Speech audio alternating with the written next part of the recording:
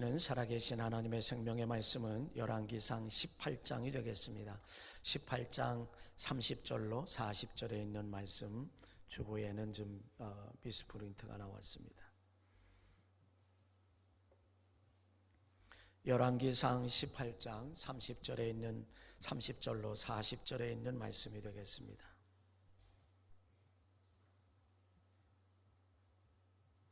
우리 한음성으로 함께 봉독합니다. 엘리야가 모든 백성을 향하여 이르되 내게로 가까이 오라. 백성이 다 그에게 가까이 가매 그가 무너진 여호와의 제단을 수축하되 야곱의 아들들의 지파의 수요를 따라 엘리야가 돌 12개를 취하니 이 야곱은 옛적에 여호와의 말씀에 임하여 이르시기를 내 이름을 이스라엘이라 하리라 하신 자더라. 그가 여호와의 이름을 의지하여 그 돌로 제단을 쌓고 제단을 들어가며 곡식종자 2세알을 둘만한 도랑을 만들고 또 나무를 버리고 송아지의 각을 떠서 나무 위에 놓고 이르되 통 4세 물을 채우다가 번제물과 나무 위에 부으라 하고 또 이르되 다시 그리하라 하여 다시 그리하니 또 이르되 3번째로 그리하라 하여 3번째로 그리하니 물이 제단으로 두루 흐르고 도랑에도 물이 가득 차더라. 저녁 소제 드릴 때에 이르러 선지자 엘리야가 나아가서 말하되 아브라함과 이삭과 야곱 이스라엘의 하나님 여호와여, 주께서 이스라엘 중에서 하나님이신 것과 내가 주의 종인 것과 내가 주의 말씀대로 이 모든 일을 행하는 것을 오늘 알게 하옵소서. 여호와여, 내게 응답하옵소서. 내게 응답하옵소서. 이 백성에게 주 여호와는 하나님이신 것과 주는 그들의 마음을 되돌이키심을 알게 하옵소서 하매 이에 여호와의 불이 내려서 번제물과 나무와 돌과 흙을 태우고 또 도랑에 물을 핥은지라. 모든 백성이 보고 엎드려 말하되 여호와 그는 하나님이시로다. 여호와 그는 하나님이시로다 하니 엘리야가 그들에게 이르되 바알의 선지자를 잡되 그들 중 하나도 도망하지 못하게 하라 하며 곧 잡은지라. 엘리야가 그들을 기손 시내로 데려다가 거기서 죽이니라. 아멘. 오늘 본문의 말씀은 당시의 북왕국 이스라엘의 아합이라고 하는 왕이 통치하고 있을 때에 이 아합 왕은 가장 악한 왕으로 구분이 되는 그런 왕이기도 합니다. 이제 아합 왕이 다스릴 때 그의 부인이 이방 여인인데 그가 이세벨이라고 하는 여인이에요. 근데 그가 들어올 때 뭘 가져왔느냐면 바할 우상을 가지고 들어왔고 아세라 목상의 우상을 가지고 들어와서 여호와의 성전이 허물어지며 바알과 아세라 목상들로 가득 찼던, 왜냐하면 권력이 무섭고 권력이 두렵고 죽음을 당하니까, 그리고 성전이 그렇게 피폐되었던 그런 상황 속에 이 악한 왕이 북왕국 이스라엘을 다스릴 때에 하나님께서는 3년 6개월 동안 땅에 비가 오지 않는 가뭄의 역사가 계속되었다라고 하는 이 사실을 우리는 기억하지 않을 수가 없습니다. 그때에 하나님의 사람인 엘리야 선지자에게 하나님이 말씀하셨습니다. 엘리야야, 너 이제 아합을 만나거라. 내가 이 땅에 비를 내리겠노라. 그렇게 말씀을 하셨어요. 당시에 하나님의 사람이라 할지라도 아합 왕을 만난다라고 하는 건 두려움의 대상이요 공포의 대상입니다. 왜 그러냐면 그를 만나면 죽음을 당할 수도 있기 때문이다라고 하는 사실입니다. 그래서 하나님이 말씀하시기를 이 열왕기상 18장 1절 공동 번역에 보면 3년이라는 세월이 흘렀다. 야훼의 말씀이 엘리야에게 내렸다. 가서 아합을 만나거라. 내가 비를 땅 위에 내리리라. 그래서 이 말씀을 들은 엘리야 선지자는 아합 왕을 만나기 위해서 이제 그 아합 왕을 만나기 위해 가는 도중에 누구를 만났느냐 하면 아합 왕의 국내 대신인 오바댜를 만나게 됩니다. 국내 대신이면 당시에 굉장한 권력자예요. 그를 만나게 되는데 그 오바댜는 어떤 사람이냐면 하나님의 사람이고 하나님을 경외하는 사람이고 그 악한 아합 왕의 국내 대신이지만 하나님을 섬기고 하나님을 경외하고 그렇게 신실한 자가 없어요. 아합 왕의 부인인 이세벨이 선지자들 하나님의 사람들을 막 죽일 때에 살육을 하고 살인을 할 때에 그들 100명을 50명씩 나누어서 굴에 숨겼어요. 굴에 숨기고 그들에게 물과 먹을 것 음식을 가져다 주면서 100명의 하나님의 사람들을 살렸던 그런 진정한 하나님의 사람입니다. 만약에 오바댜 국내 대신이 그것을 하지 않았더라고 하면 그들도 죽었을 것이고, 오바댜가 이런 일을 한 것은 자기의 목숨을 걸고 생명을 걸고 이 일을 했던 그 위기의 시대의 사람이었습니다. 그런데 아합 왕과 그때 당시에 이제 엘리야 선지자가 아합 왕을 만나러 가는 중에 아합 왕과 그리고 이 오바댜가 물의 근원을 찾기 위해서 막 돌아다닐 때에 그때에 엘리야 선지자를 오바댜가 딱 만나게 됐어요. 만나게 됐을 때에 이렇게 이야기합니다. 오바댜가 하나님의 사람인 엘리야 선지자를 만나게 될 때 알아요. 그냥 당장 알았습니다. 금방 알았습니다. 그러니까 이 엘리야 선지자가 오바댜에게 하는 말이, 너는 가서 아합에게 내가 여기 있다고 만나자고 이야기. 내가 여기 있다 말해라. 그랬더니 오바댜가 아이고 내가 그렇게 한다라고 하면 하나님께서 엘리야 선지자를 하나님이 옮기실 터인데 그러면 못 만나게 되면 나는 죽은 목숨입니다. 나 죽은 목숨이에요. 그랬더니 엘리야 선지자가 아니야 내가 여기 있을게 라고 이야기하며 만날 거야 그러면서 이야기하지요. 그래서 열왕기상 18장 3절 4절의 공동 번역엔 이렇게 말합니다. 아합은 국내 대신인 오바댜를 불렀다. 오바댜는 야훼를 지극히 경외하는 사람이었다. 그는 왕후 이세벨이 야훼의 예언자들을 학살할 때 예언자 100명을 50명씩 동굴에 숨기고 먹을 것과 물을 날라다 주어 살려낸 사람이었다라고 그렇게 이야기합니다. 그래서 아합 왕이 엘리야 선지자를 만나기 위해서 왔어요. 와서 만나자마자 아합 왕이 엘리야 선지자에게 하는 말이 이스라엘을 괴롭게 하는 자요 너냐? 라고 그렇게 말합니다. 이스라엘을 괴롭게 하는 자요 너냐? 누가요? 아합 왕이 그렇게 말을 하고 있습니다. 그때에 엘리야 선지자는 그 아합 왕에게 이렇게 대답을 합니다. 이제 열왕기상 18장 18절로 19절 공동 번역에 엘리야가 대답하였다. 내가 이스라엘을 망치는 것이 아닙니다. 이스라엘을 망하게 하는 사람은 왕 자신과 왕의 가문입니다. 왕께서는 야훼의 하나님의 계명을 버렸습니다. 바알을 받들어 섬겼습니다. 그러니까 하나님의 말씀을 버리고 하나님을 버리고 우상을 받들어 섬겼습니다. 이제 온 이스라엘 백성을 갈멜산으로 모이게 하여 나에게 보내십시오. 그리고 이세벨 왕비에게 녹을 받고 살고 있는 바알의 예언자 450명과 아세라 예언자 400명도 함께 보내소서. 그리고 기도의 대결을 합시다. 목숨을 걸고 기도의 대결을 합시다. 내가 아니라 당신 때문에 악한 하나님의 말씀을 버린 아합 왕 당신 때문에, 그리고 하나님의 말씀을 버렸고 그리고 바알을 우상을 숭배하는 당신 때문에, 아내의 영향을 받아서 당신이 하나님을 말씀을 저버리고 하나님을 섬기지 아니하고 하나님을 경외하지 않고 그리고 우상을 숭배하는 것 때문에 이 땅에 지금 이렇게 하나님께서 가뭄의 재앙이 왔는데 이제는 당신이 섬기는 그 우상 섬기는 사람들, 선지자라고 말하는 그들 갈멜산으로 850명을 부르소서. 그리고 목숨을 걸고 기도 대결을 합니다. 850명이 왔습니다. 갈멜산에서 기도의 대결을 펴는데 엘리야 선지자가 이렇게 말합니다.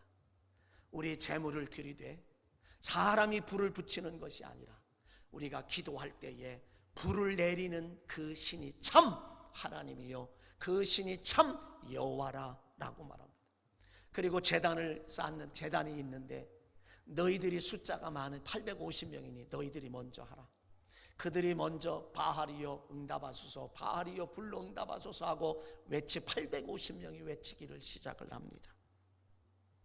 그렇게 850명의 숫자가 외치는데, 그러는 가운데 이 엘리야 선지자는 백성들, 많이 모인 백성들에게 이렇게 이야기를 합니다. 열왕기상 18장 21절에 가보면 엘리야가 모든 백성에게 가까이 나아가 이르되 너희가 어느 때까지 둘 사이에서 머뭇머뭇하려느냐. 여호와가 만일 하나님이면 그를 따르고 바알이 만일 하나님이면 그를 따를지니라 하니 백성이 말 한마디도 대답하지 아니하는지라.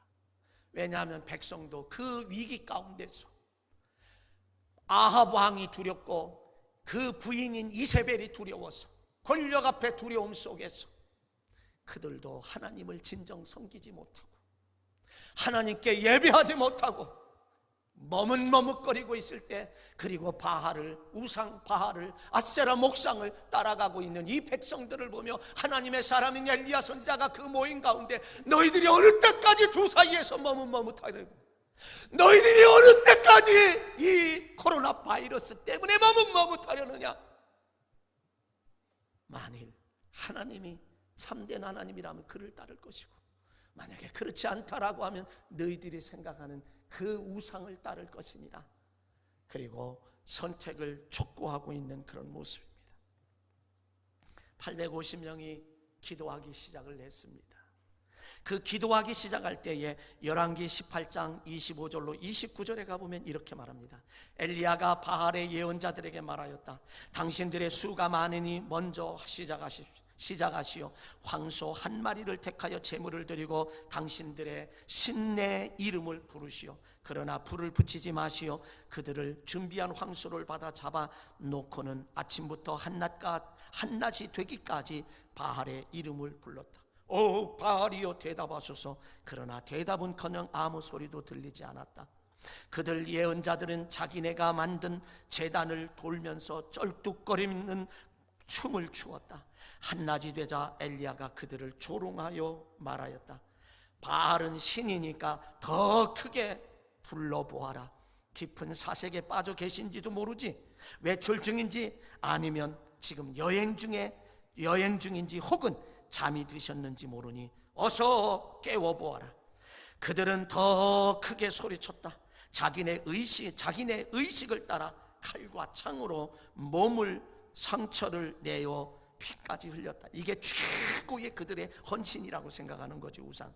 29절에 한낮이 지나 제사 시간이 될 때까지 그들은 신접한 모습으로 날뛰었다.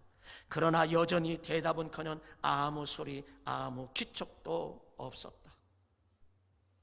우상 숭배자들의 850명이 그렇게 외쳤지만 아무것도, 최상의 헌신이라고 하는 칼과 창으로 몸을 상해서 피가 뚝뚝뚝뚝 떨어지게 하는 그 일까지 했지만 응답이 없었다라고 하는 거지. 그래서 아합의 선지자, 바알 선지자들과 아세라 목상의 850명의 선지자들이 이제는 포기하고 말았습니다. 그때 엘리야 선지자는 본문에서 보는 것처럼 무너진 제단을 수축했습니다. 무너진 제단을 쌓았습니다. 무너진 제단을 고쳤습니다. 그 위에 나무를 벌려놓았습니다. 그 위에 송아지 각을 떠서 올려놓고 통 넷에 물을 담아다가 거기에 부었습니다. 또다시 부라고 해서 또 부었습니다. 또다시 부라고 해서 또 부었습니다. 그랬더니 그 물이 재물과 더불어 나무가 다 젖었습니다. 도랑을 파놓은 곳에도 물이 그득하게 흘러가 있습니다. 축축한 그 나무를 벌려놓고 엘리야 선지자는 하나님 앞에 기도하기 시작합니다. 오늘 본문 37절입니다. 여호와여 내게 응답하소서. 내게 응답하소서. 이 백성에게 주 여호와는 하나님이신 것과 주는 그들의 마음을 돌이키심을 알게 하옵소서 하며, 이에 여호와의 불이 내려서 번제물과 나무와 돌과 흙을 태우고 또 도랑 물을 핥은지라. 모든 백성이 보고 엎드려 말하되 여호와 그는 하나님이시로다. 여호와 그는 하나님이시로다. 엘리야가 그들에게 이르되 바알의 선지자를 잡게 그들 중 하나도 도망하지 못하게 하라 하며 곧 잡은지라. 엘리야가 그들을 기손 시내로 내려다가 거기서 죽이니라 라고 하는 말씀이 오늘 본문의 말씀입니다. 여러분, 엘리야 선지자는 하나님을 떠나고 하나님의 계명을 지키지 아니하고 말씀을 지키지 아니하고 순종하지 아니하고 우상을 숭배했던 이제 아합 왕 때문에 3년 동안이나 지금 비가 오지 않은 것, 백성은 고통을 당하고 힘들고 어려움에 처하자 하나님의 임재하시고 말씀하실 때 위기 가운데서 아합을 만나러 가는 순종을 할 때에, 그리고 하나님 앞에 기도할 때 가뭄의 문제가 해결되게 하시는 하나님의 놀라운 은혜가 나타나게 된다는 거죠. 오늘의 시대를 많은 사람들이 위기의 시대라고 말합니다. 3일 전에 우리는 6.25 사변이 일어난 지 70년이 되는 그런 날을 맞이했습니다. 이 땅에 동족 상잔의 비극이 다시는 없어야 할 것입니다. 그런데 언제부터인가 이 6.25 사변이라고 했던 말을, 언제부터인지 모르지만 6.25 전쟁이라고 말합니다.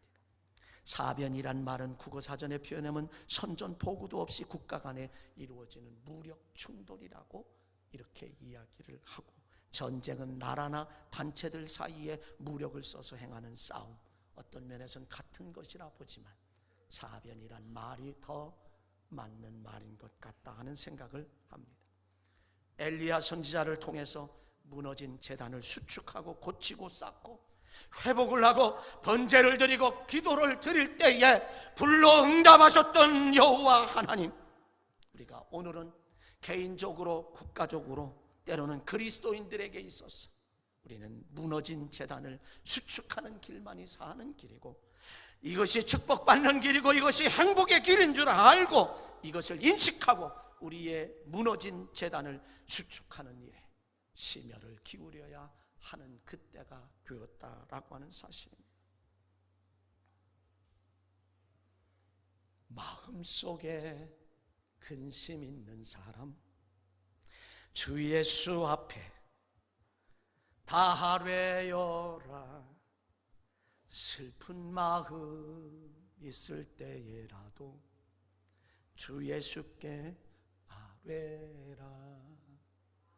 주 예수 앞에 다 아뢰어라. 주 우리의 친구니 무엇이나 근심하지 말고 주 예수께 아뢰라. 눈물 나며 깊은 한숨 쉴 때 주 예수 앞에 다 아뢰어라. 은밀한 죄 내게 있더라도 주 예수께 아뢰라. 3절에 보면 괴로움과 두려움이 있을 때 주 예수 앞에 아뢰라. 내일 일을 염려하지 말고 주 예수께 아뢰라. 죽음 앞에 겁을 내는 자요 주 예수 앞에 다 아뢰어라. 하늘나라 바라보는 자요 주 예수께 아뢰라.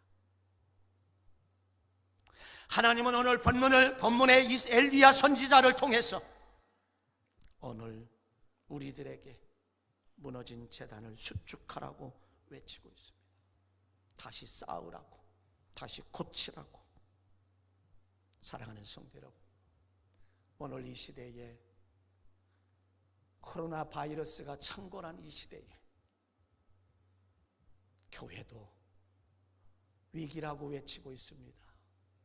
왕성교회는 1700명이 모이는 교회가 21명이 어제 확진자가 생겼노라고.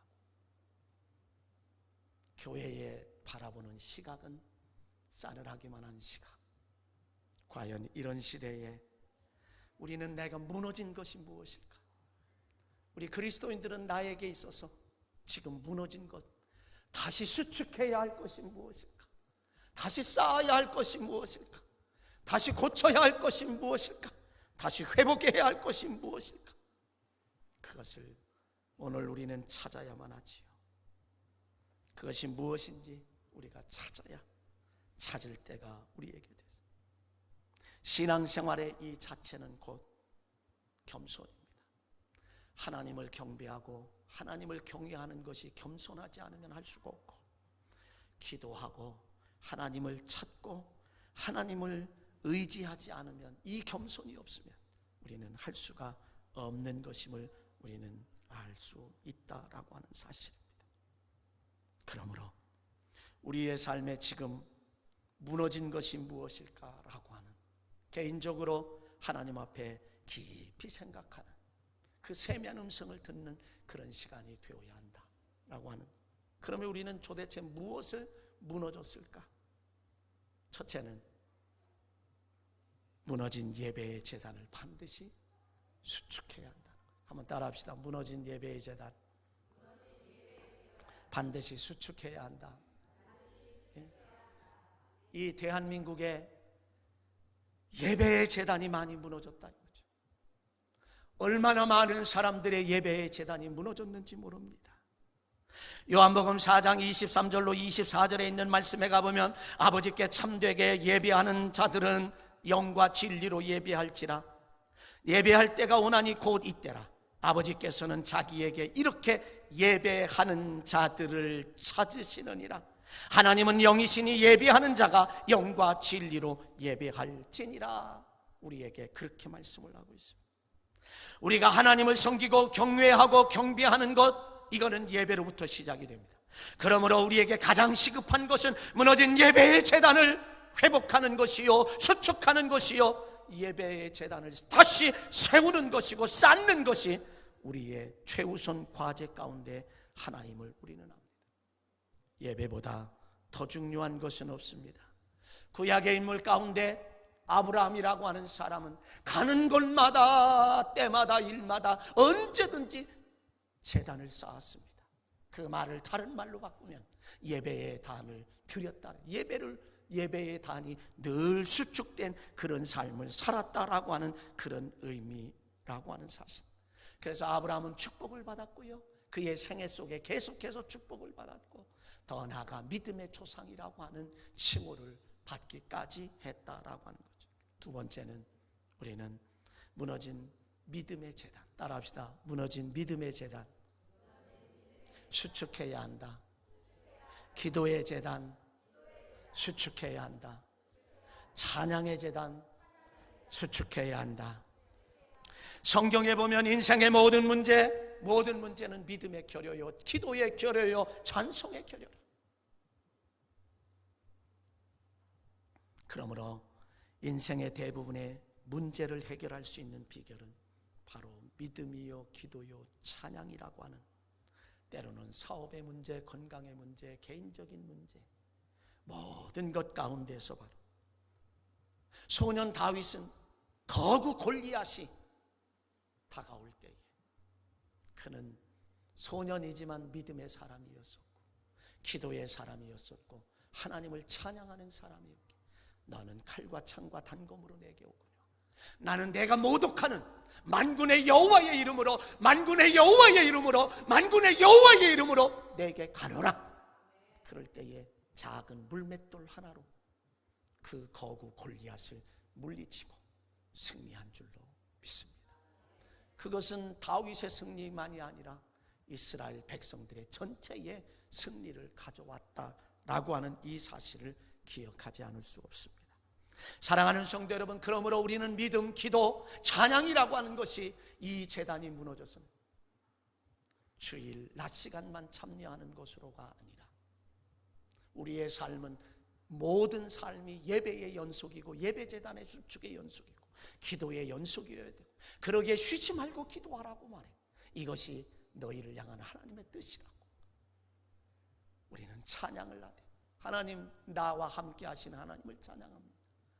좋으신 하나님을 찬양합니다. 언제나 능력의 하나님을 찬양합니다. 그 찬양이 우리에게 필요하지요. 그러므로 마태복음 15장에 가보면 가나안 여인의 믿음, 기도, 예수님을 찾아왔다는 건 기도, 예수님을 그렇게 믿었다라고 하는 건 찬양하는 것. 다른 곳에 가보면 수로보니게 여인이라고, 다윗의 자손 예수여, 내 딸이 흉악히 귀신 들렸다, 불쌍히 여겨달라고. 아무 소리도 않고 침묵합니다. 예수님 대답 무시합니다. 대답도 하지 않습니다. 그래도 계속 소리 지르니까 제자들이 예수님 저 소리 지르니까 보내소서. 자녀의 떡을 취하여 개들에게 돌리지. 나는 이스라엘이 잃어버린 양에게로만 왔지 또 자녀의 떡을 취하여 개들에게 던지. 주여 올소이다마는 개들도 주인의 상에서 떨어지는 부스러기를 먹. 저는 개입니다. 그러니 주인의 상에서 떨어지는 부스러기라도 먹어야 되겠습니다. 굳건한 믿음을 가질 때 예수님이 감동하셔서 그에게 뭐라고 말씀하셨어요? 여자여, 내 믿음이 크도다. 내 소원대로 되리니 그때로부터 그의 딸이 나으니라. 성경은 그렇게 말합니다.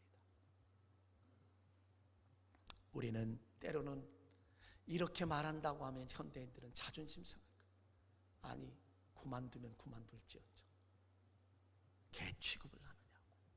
그러나 이 여인은 너무도 절실하고 절박해요. 오늘의 시대는 오늘의 이 시대를 살아가는 우리 모두는 다 뭔가 절실합니다. 거기에는 믿음만이 필요하고, 거기에는 기도만이 필요하고, 거기에는 하나님을 찬양하는 찬송만이 필요한 줄로 믿습니다. 또한 마가복음 9장에 가보면 귀신 들린 아버지, 귀신 들린 아들을 둔 아버지의 믿음에 대해서 데리고 왔지만 예수님은 계시지 않고 제자들이 있을 때 고치지 못했습니다. 그래 변론이 계속해서 서기관들과 변론만 벌어지고 있을 때 예수님이 그곳에 오셨어요. 그때에 예수님께서 그들에게 무엇을 변론하느냐고. 그때에 그 아버지가 말합니다.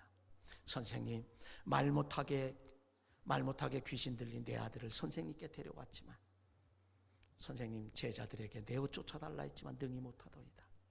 그때 예수님은 믿음이 없는 세대여, 내가 얼마나 너희와 함께 있으며 얼마나 너희에게 참으리요. 그를 내게로 데려왔을 때 귀신이 그를 막 그냥 거품을 흘리며 쓰러지게 그렇게 말. 언제부터 그랬냐? 어릴 때서부터 그랬습니다. 예수님, 무엇을 하실 수 있거든 내 아들을 고쳐 주옵소서. 할 수 있거든이 무슨 말이냐? 믿는 자에게 능치 못할 일이 없다라고 예수님은 그렇게 말씀하실 때 이 아버지는 이렇게 이야기를 합니다.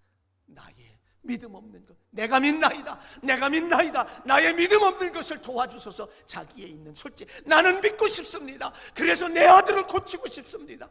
그렇게 말할 때 예수님께서 귀신을 내게 꾸짖어 내쫓음으로 말미암아 그 아들이 고침 받은 줄로 믿습니다.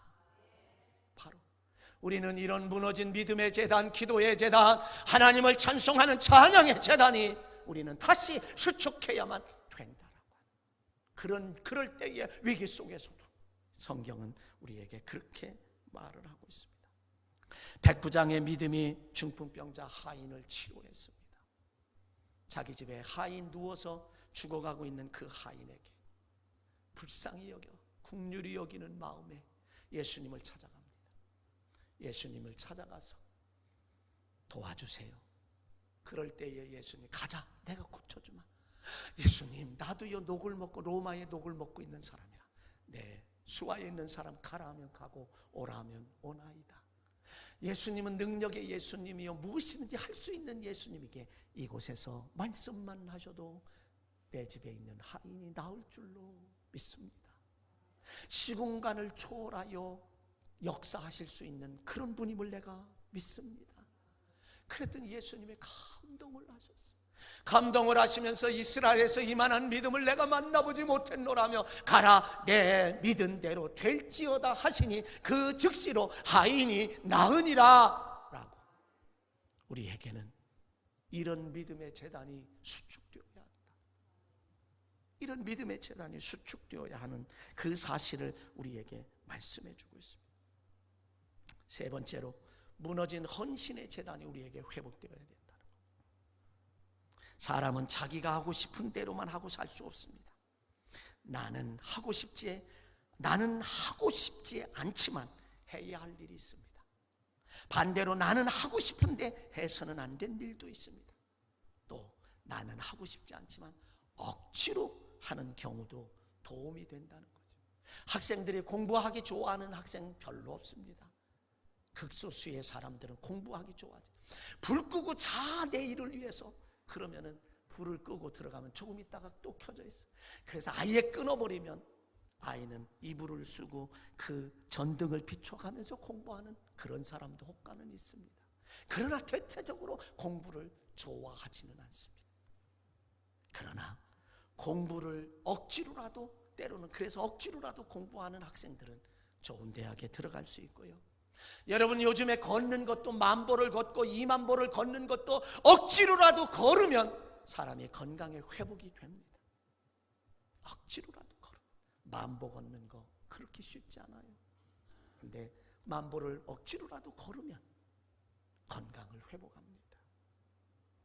억지로라도 예배에 참석하게 되면 말씀이 들리다 안 들리다 한눈 팔고 때로는 마음이 딴 데가 있다가도 때로는 몇 마디의 말씀이 들려지는 것 때문에 믿음이 회복되는 경우도 있습니다. 억지로라도 예배를 드릴 때에 그에게는 말씀이 들려지고 그것이 은혜가 되어서 믿음의 사람이 돼요. 억지로라도 기도하다 보면 하나님은 그 자세를 기억하시고, 그리고 어느 순간 기도의 줄을 잡게 되면 1시간이라도 좋고 깊은 기도를 할 수 있기 까닭에 우리는 때로는 억지로라도 하는 것이, 오늘 헌신의 제단은 무너진 헌신의 제단. 교회 강단에서 회개란 단어가 점점 사라지고 있고, 교회의 강단에서 11조 하라고 하는 그 말씀이 점점 사라지고 있어요. 왜요? 성도들이 싫어하니까. 싫어하는 말을 하고 싶지 않은 것이 또 이 강단의 모습이에요. 그러나 이것이 축복받는 길인데 이 말씀을 드리지 않으면 안 되겠기에 우리는 무너진 헌신의 제단을 쌓아야 된다고. 여러분, 11조는 마치 농사꾼의 농부가 가지고 있는 충분기라 할지라도 씨앗을 먹지 아니하고 종자를 먹지 않는 것처럼 이것만이 축복의 길이고 이게 축복의 길이기에 이 말씀을 저는 용감하게 오늘 말씀을 드립니다. 11조, 무너진 이 헌신의 제단을 쌓아야 한다는 거죠. 그것이 심을 때에만 우리는 30배, 60배, 100배, 1000배의 열매를 거둘 수 있기에, 이 말을 하지 않는다라고 하면 축복받으라는 얘기를 하지 못하는 것이 되기 때문에 저는 담대하게 이렇게 말씀을 드립니다. 말라기 3장에 이렇게 쭉 보면 그런 말씀이 나와 있어요. 마지막으로 영상은 조금 이따 제가 틀으라고 할 때요, 한번 따라 합시다. 무너진 전도의 제단을 목숨 걸고 수축해야 한다. 여러분, 전도라고 하는 것, 영혼 구원이라고 하는 것, 잃은 양을 찾는 것은 하나님의 한 맺힌 소원입니다.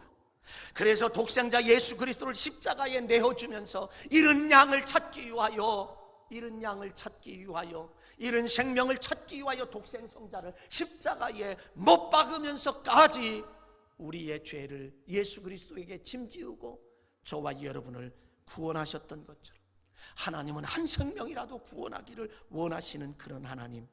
그러기에 전도는 하나님께 대한 가장 큰 헌신이라고 하는 사실을 우리는 기억할 때, 오늘날 대한민국의 교회가, 아니 우리 주한의 공동체가 무너진 전도의 제단에 목숨 걸고 수축해야 한다라고 하는 이 사실을 우리는 기억해야 한다는 거지요. 그러기에 디모데후서 4장 2절에 가보면 너는 말씀을 전파하라. 때를 얻든지 못 얻든지 항상 힘쓰라. 공동번역에 하나님의 말씀을 전파하십시오. 기회가 좋든지 나쁘든지 꾸준히 전하고 끝까지 참고 가르치면서 사람들을 책망하고 훈계하고 격려하십시오. 전도하면 얼마나 하나님이 기뻐하시겠어요. 예수 그리스도와 생명을 맞바꾼 영혼들이에요. 잃은 양이에요. 전도하면 얼마나 하나님이 기뻐하시겠습니까? 하나님이 기뻐하시면 우리에게는 축복의 역사가 있습니다. 시편 37편 4절, 또 여호와를 기뻐하라. 저가 내 마음의 소원을 이루어 주시리로다. 이제 요한복음 8장 29절, 나를 보내시니가 나와 함께 하시도다. 나는 항상 그가 기뻐하시는 일을 행함으로 나를 혼자 두지 않았다. 임마누엘, 마음의 소원을 이루어 주실 뿐만 아니라 전지전능하신 하나님, 있는 것도 없게 하고 없는 것도 있게 하시는 하나님, 죽은 자도 살리고 산 자도 죽게 하실 수 있는 하나님, 그런 무소부지하신 하나님이 나와 함께 하신다라고. 임마누엘이 이것보다 더 큰 축복은 이 세상에 존재하지 않아요. 하나님이 함께 할 때에 우리는 이런 축복을 받을 수 있는데, 하나님의 기뻐하시는 일을 행할 때에 하나님은 그런 역사로 이루신다라고 그렇게 말씀했습니다. 전도는 하나님의 한 맺힌 소원을 이루어 드리는 것. 요즘 코로나 바이러스가 창궐하는 이 시대에, 목사님 정신 나갔어요. 이때에 무슨 창궐하고 있는 시대에 어떻게 전도를 하라 그러는 거예요? 무슨 전도를, 시대착오적인 발상입니다 라고 그렇게 말씀하실는지 몰라요. 아니에요.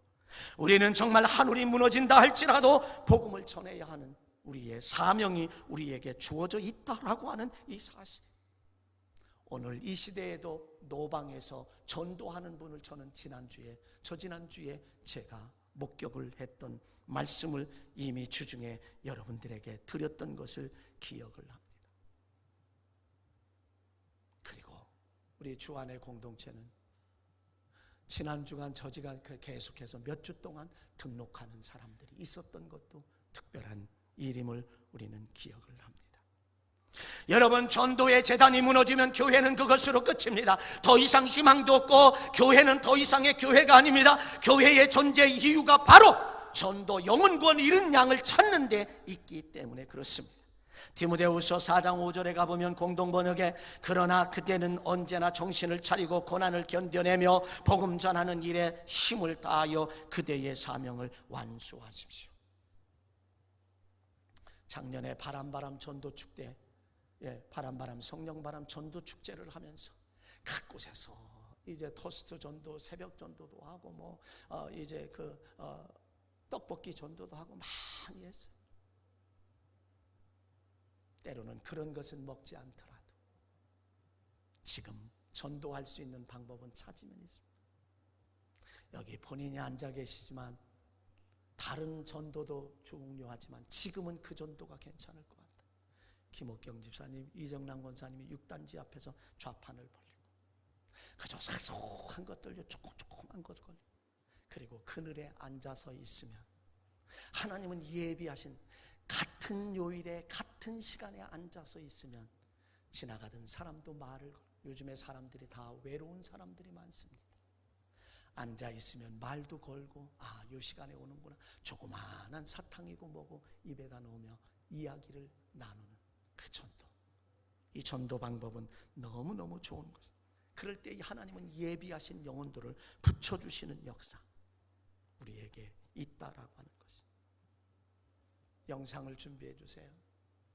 그러므로 우리는 이 전도에 한번 들어보시죠.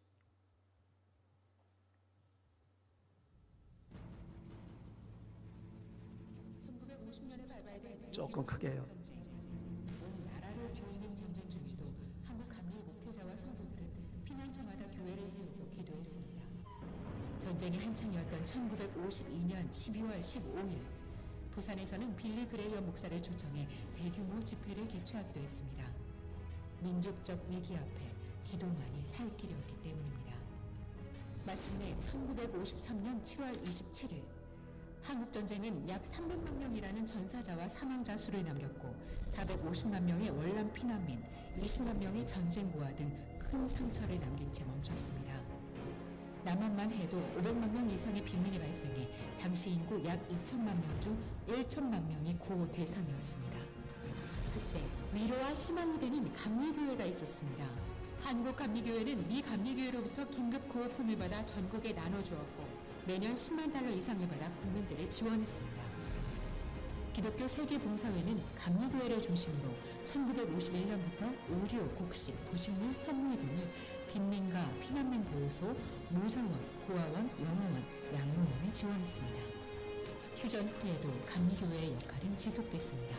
1954년 감독 호소 기금으로 모금 활동이 전개되어 160만 달러가 모금돼 전해졌으며 1954년부터는 감리회 웨슬리 구락부를 전국에 조직해 만 7에서 15세를 대상으로 하는 초등교육, 미션스쿨을 시작해 수십만 명의 미래 세대 학생들을 교육하고, 대한민국 최초 사회복지관은 태화 기독교 사회복지관을 통하여 아동복지사업, 가정복지사업 등 빈곤을 퇴치하는 일에 전력을 다해오고 있습니다. 이러한 감리교회의 선교 교육 봉사는 국민들의 문맹을 퇴치하는 효과를 거두었고, 선진 한국의 교육적 기틀을 마련하는 위대한 초석이 되었습니다. 교육과 봉사의 삶을 강조한 감리회, 그야말로 세상의 빛과 소금의 역할을 감당한 것입니다. 이제 도움을 받아야 했던 나라에서 도움을 주는 나라가 된 대한민국, 세계가 부러워하는 대한민국이 되었습니다. 여기에는 기도와 봉사로 살아오는 7천 감리교회와 150만 감리교인이 있습니다. 2020년 어느덧 6.25 전쟁 70주년을 맞이하는 대한민국은 또 다른 위기 앞에 서게 됩니다. 대한민국과 전 세계 누구도 겪어보지 못한 어려운 상황입니다. 코로나19로 인하여 오히려 우리는 지난 세월 받은 은혜를 잊지 말라는 하나님의 음성이 듣습니다. 또한 우리 믿음을 정결케 하시고 교회를 새롭게 하시는 하나님의 능력을 볼 수 있습니다. 우리 감리교회는 위기 속에서 기도하며 다시 한번 부흥의 기회로 삼아야겠습니다. 우리는 이겨낼 수 있습니다. 더 좋은 모습으로 거듭날 수 있습니다. 일어나라 대한민국이여, 빛을 발하라 감리교회여.